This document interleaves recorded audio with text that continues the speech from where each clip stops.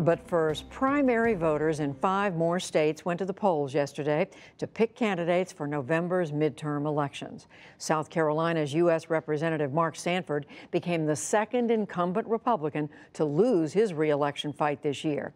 His defeat came just hours after President Trump tweeted his endorsement of Sanford's opponent, State Representative Katie Arrington. And in Virginia, Corey Stewart won the GOP nomination to face incumbent Democratic U.S. Senator Tim Kaine in November. Stewart has been a vocal opponent of immigration and a proponent of keeping the state's Confederate monuments in place after the Charlottesville protests from last summer. For a look at what this latest wave of primaries might tell us about the Republican Party and races to come, I spoke a short while ago with Tom Davis, a former Republican congressman from Virginia. I began by asking him what yesterday's results say about the state of the Republican Party. Well, I think it's pretty clear that, the party is slowly becoming Donald Trump, that he has changed the party coalition. The Republican base has migrated from the country club to the country. And it's a different electorate than it was 10 or 20 years ago in terms of people who are self-identified Republicans and participating in the Republican nomination process. When you say it's changed from country club to the country, you don't mean they're all living in rural areas, do you? Well, that's the base. You certainly have Republicans in cities. I mean, Donald Trump got 4% of the vote in Washington, D.C., so there are some Republicans there. But you look at most American cities, Republicans are basically non-existent. The groupspeak in those areas is decidedly anti-Republican. In the suburbs, the further out you go, the more Republican it gets. I give the example, we had a civic association out near us where the executive board met and asked one of the neighbors to take down the Trump sign because they found it offensive.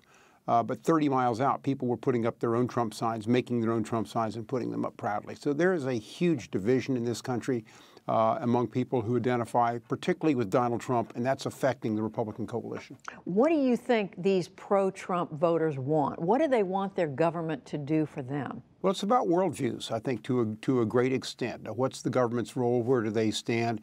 When you get the rapidity of change that we've had in society over the last decade, some people feel more empowered than ever, ascendant groups. And you have another group that feels really that their status is really threatened, and they've kind of doubled down, and Trump is their guy.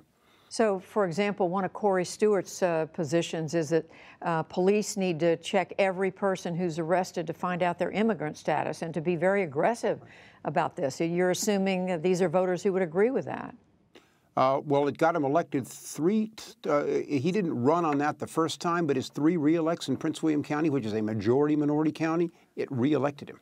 So I think the proof is in the pudding there. There are a lot of people who feel the change in the population is threatening to them, and they want the police to double down. So if this is what's happening in the Republican primaries this year, what does that spell for November? What are Corey Stewart's chances against the incumbent Senator Tim Kaine in November? Well, I think any Republican's chances, let's not personalize it to Stewart, would have been very difficult. Tim Kaine has run statewide a number of times and has never lost. He's got $10 million in the bank. His ticket carried the state by 5 percentage points last time. Midterms tend to go against the president's party. So by every major atmospheric and any metric, I think at this point, this was going to be a tough race for Republicans, which is why I think you had a relatively weak field for the Republican Senate nomination. Some of the stronger candidates that might have been able to either self-fund or that have larger political bases just didn't get involved because they didn't see November worth the trouble. So right now, what does it look like? Well, I think it's going to be a very difficult race for the Republicans to win. They have, just as I calculate, about 11 Democratic-held seats that they have a better chance of taking than they do in Virginia. And so you can do the math. They've got to defend about 3 seats. But in terms of the allocation of resources, unlikely to go to Virginia.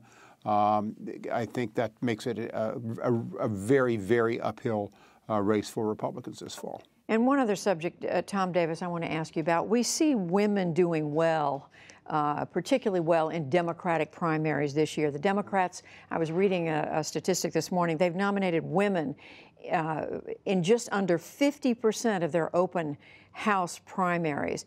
Why aren't, the contrast among Republicans is something like 12%.